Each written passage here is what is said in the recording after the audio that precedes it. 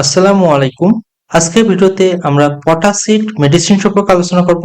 পটাসিড মেডিসিনটি বর্তমানে সিরাপ বা ওরাল সলিউশন ফর্মে পাওয়া যায়। পটাসিড মেডিসিনটির জেনেরিক নাম হচ্ছে পটাশিয়াম সাইট্রেট এবং সাইট্রিক অ্যাসিড মনোহাইড্রেট। সিরাপটি হেলথ কেয়ার ফার্মাসিউটিক্যালস লিমিটেড কোম্পানির প্রোডাক্ট। আজকের ভিডিওতে পটাসিড সিরাপ কি কি সমস্যার ক্ষেত্রে খাওয়া হয় বা উপকারে আসে, এটি খাওয়ার সঠিক নিয়ম এবং পার্শ্ব প্রতিক্রিয়া খুবই সংক্ষিপ্ত এবং সহজ ভাষায় আলোচনা করার চেষ্টা করব। এই সিরাপটি মূলত ইউরিন ইনফেকশন বা মূত্রতন্ত্রের বা প্রস্রাবের মৃদু বা হালকা ইনফেকশনে ব্যবহার হতে পারে। মূত্রাশয়ে প্রদাহ হেতু মূত্রত্যাগ, ব্যথা নিরাময়ে, প্রাথমিক বা লক্ষণ সূচক চিকিৎসায় এটি নির্দেশিত।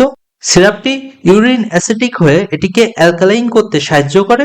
মূত্রনালীর প্রদাহজনিত জ্বালাপোড়া উপশমেও এটি ভূমিকা রাখে। কিডনিতে পাথর তৈরি ও গেটে বাত প্রতিরোধে ব্যবহার করা যায়। ইউরিকোসুলিক ওষুধের সাথে বাত প্রতিরোধেও এটি ভূমিকা রাখে। কিডনির সমস্যার কারণে অ্যাসিডোসিস হলে এটি তা নিরাময়ে সাহায্য করে। কিডনির পিএইচ বাড়ানোর ক্ষেত্রে বা কিডনি স্টোন ঠিক করতে এটি সাহায্য করে।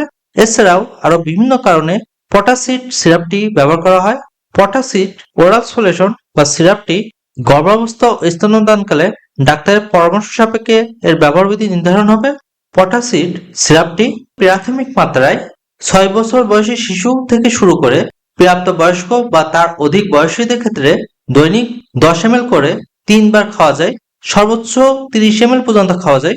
আর 6 বছরের কম বয়সী শিশুদের ক্ষেত্রে 5 ml করে দৈনিক 3 বার খাওয়া যায়। এটি 250 ml বা মিলিগ্রাম পানির সাথে মিশিয়ে গ্রহণ করতে হয়। পটাসিড সিরাপে তেমন মারাত্মক কোনো পার্শ্ব প্রতিক্রিয়া নাই, তবে কিছু রোগীদের ক্ষেত্রে রক্তে পটাশিয়ামের মাত্রা বেড়ে যেতে পারে। অনীহা, দুর্বলতা, মানসিক বিভ্রান্তি, হাত পা শিরশির করা সহ আরো বিভিন্ন সমস্যা দেখা দিতে পারে। সবাই সুস্থ থাকুন। আল্লাহ হাফেজ।